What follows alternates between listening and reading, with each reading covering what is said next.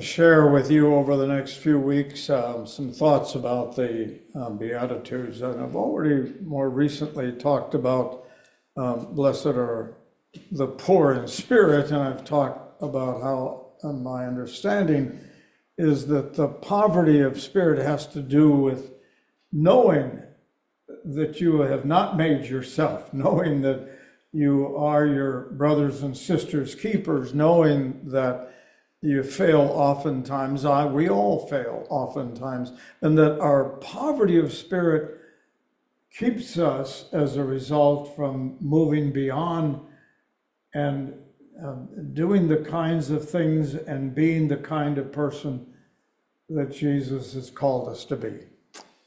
So hear these words then about another issue, which I think is so important. Now, when he saw the crowds, he went up onto a mountain or a rising or a hill and sat down as a teacher, as a rabbi would do, the seat or the chair of the professor who's going to now teach the crowd. He sat down.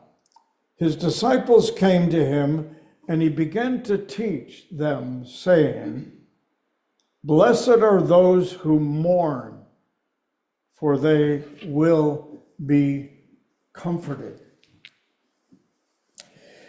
Now, I can imagine there would be those who would have turned to one another and said, "Wait a minute, what's blessed about mourning? Now, that's a painful time. That's a difficult time when I lost my son, or I lost my daughter, or I lost my job, or I lost my resources, or I lost my eyesight." I wasn't feeling blessed. I was angry. I was upset. I was confused. And sometimes I said, "God, why have you abandoned me?" I would suspect that there was murmuring going on in the crowd when Jesus said, "Blessed are they who mourn." Now, you need to remember, I think, that Jesus always spoke in Aramaic. Now, it's in a sense a derivative out of the Hebrew, but it was unique to him. And so when he spoke Aramaic, people understood the language because he was talking to them. And so this was not Greek, or this was not any other language that might have been part of the commerce of the day. And it wasn't even Hebrew, it was Aramaic. It was his language. It was the language that came from his inner being, his being raised as a child by people who spoke Aramaic. So we need to understand what the word mourn means. And so I did some thinking about that. And I thought about that a good deal. And I concluded that we don't often understand the words that Jesus said. The language of Jesus was Aramaic. And in Aramaic, mourning was an expression in response to loss of a loved one, or demonstrated grief about national tragedy. So it would have been natural for them to understand that grieving or mourning had to do with their own life experience. And their life experience was just very private and very personal. And like Mary and Martha, who are grieving the death of Lazarus, this was a very personal moment of grief. It came with tears. It came, no doubt, with shouts of sadness and sorrow, and why me, or why him? Now, if you ever watched any of the grieving that has taken place in Gaza, Palestinians and Arabs have a way of understanding the need to express their grief by crying out loudly. I remember the play and movie Zorba the Greek, where the woman dies and she's on her deathbed, and all the women have come in to grieve for her, and they're moaning and they're groaning and they're having And some of them had been hired to do that, by the way, because you could become a professional wailer in grief. And then she woke up. Gosh, wait a minute, she's not dead. And they all walk out, and then she dies again.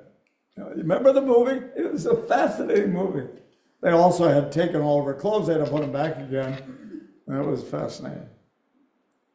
So the image of someone mourning in Jesus' mind is the image of somebody who's pounding their breast, their chest. They're pounding the air with their words of sadness and sorrow in a loud wail. They are then also engaged in some lamentation, as to say, what have I done? Why does this come to me? And now I remember what happened when Nathan said to David, it is you. You were the one who has stolen the lamb from the poor person. You have taken the wife and the life of this very faithful person who is part of your military. And you have taken this woman. So what does David do when he discovers that? He doesn't deny it. He doesn't say, no, not me, or it's your fault, or somebody else's fault. He decides to take his royal robes off. And he covers himself with sackcloth. Sackcloth is made out of camel's hair, which is rough, and it irritates you if you have it on very long, and it reminds you of what you have done and what has happened to you. And then you pour ashes on your head so that your complexion now, as your tears are rolling down your face in remorse and grief and confession, now the ashes are spread into your face and you look like a dead person yourself. That's what Jesus understood. Blessed are they who recognize that they have been a part of this person's life and they feel great sorrow and sadness. And we need to let everyone know how sad I feel. When someone has had a loss in their life, and I hear people share constantly, I hear what you're feeling, or I know what you're feeling, or Jesus maybe needed your child more than you. And I say to myself, oh, don't do that yet. Don't do that yet. Let this person grieve. Because grieving becomes that cleansing process of figuring out how to deal with, how to process a most significant loss. Now, you all have grieved. You all have grieved at some time. And I'm not going to grieve when I go see John and he reminds me that I'm older than him and therefore, I'm an old man. Because I'm grateful that I'm still alive and I'm still able to think sometimes. I'm sure people wonder whether I think correctly or kindly, but I do still think. And I'm able to move up and down these steps, sometimes gingerly, and once in a while I hear as I move down the step. Oh my, we do grieve. All of us grieve. I have told you that the most painful experience I've ever had was this little boy of 7 who was dying of leukemia. Very first person I saw die in all of my life. As a young seminary student serving this little church near Pickett, Wisconsin, just outside of Oshkosh. And hearing the pain and the suffering of the parents who had just now lost their child to cancer. I felt helpless. I felt hopeless. I didn't know what to say. I was overwhelmed by this scene which I was witnessing. And yet, thinking about it, my being overwhelmed and my being confused and my being lost at that moment, led me to ask more and more questions about how to deal with those kinds of pain when you are in charge as the one who is bringing comfort. And I remember that there were tears rolling down my face as I saw that, and I know that the tears were also tears of fear of what do I say, and tears of sorrow, and tears of grief. There was one other occasion where I felt that same feeling, and it was the time when I was asked by the funeral director in Managua to attend a burial service for a gentleman. And I got there, and the casket was there that obviously had been paid for by the health department or social services because he had no resources. And the funeral director said, "We can begin." And I said, "Where are the family members?" There are none. "Where are his friends?" They're not here. And I thought to myself, before I even said a single word, what a sorrowful, sad moment that is, that there is no one there to say goodbye to that person, to be there when the casket is present, to touch the casket perhaps, and to offer a blessing that they... Is this a cipher? Is this a zero person? No. This is a person created by God as well, we believe. And I was overwhelmed by that there are times when people die and there is nobody there to offer the comfort which Jesus says, "Blessed are they who mourn, for they will be comforted."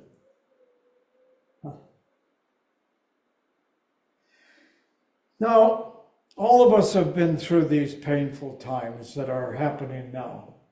They're painful. I'm old enough now to remember how much pain there was as my relatives were dealing with whether or not my Uncle Gino would return from the Second World I was born in 1938. I began to listen to the agony and the anguish that members of our church were feeling when sons and fathers were not coming back. You all remember the pain and suffering of this nation when John Kennedy was assassinated, and we said, why? Why would that happen? And I remember vividly when Richard Nixon resigned under enormous conflict and stress. And on the TV screen, our son John is watching. He's just a little kid, and he begins to cry. And I said, "Why are you crying?" He said, "I'm sad for him." Sad for him, little child. We have seen and known pain from death and suffering and conflict and resistance and the responses to resistance. I must say I grieve a lot. I grieve a lot these days that we haven't figured out how to resolve the conflicts we have in our own nation. Grief in Jesus' day as understood as a way of dealing with national tragedy. What is happening in the past, we have tried to figure out how to deal with it, and we have grieved. We grieve now. I grieve that we find disagreement in ways that cause pain between relationships. I grieve that people find difficulty in their life trying to sort out how to respond to what is happening. I know that I speak on behalf of the message of Jesus Christ, who said, "Blessed are those who mourn, shall they be comforted." They'll be comforted, many translations say, by God, for God will comfort you. But I'm mightily aware that we have been called to be Jesus in this day. We are called to live Jesus. We are called to be the church of Jesus. We are called to be Jesus in the body as we live our lives in our last hymn, we'll make some reference to that. So we are calmed, we are comforted, we are helped in our grief by not hating each other or separating from one another, even in the midst of conflict, by being close to one another, by listening to one another, by hearing one another, by engaging in conversation that somehow can come with an increased sense of understanding. And so I say, challenge me and challenge you. But as we think about all of the grieving that goes on in our life, whether it's death or divorce, loss of revenue, loss of a job, loss of hope, conflicts that occur within our nation, be the peacemakers.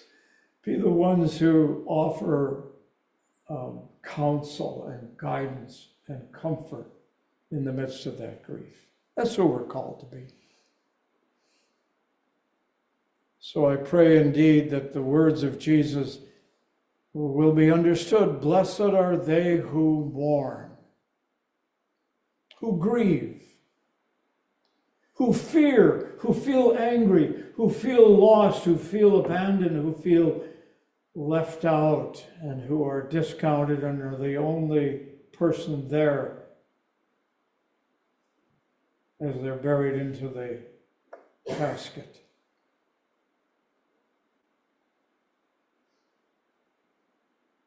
Let us grieve together and be comforting to one another.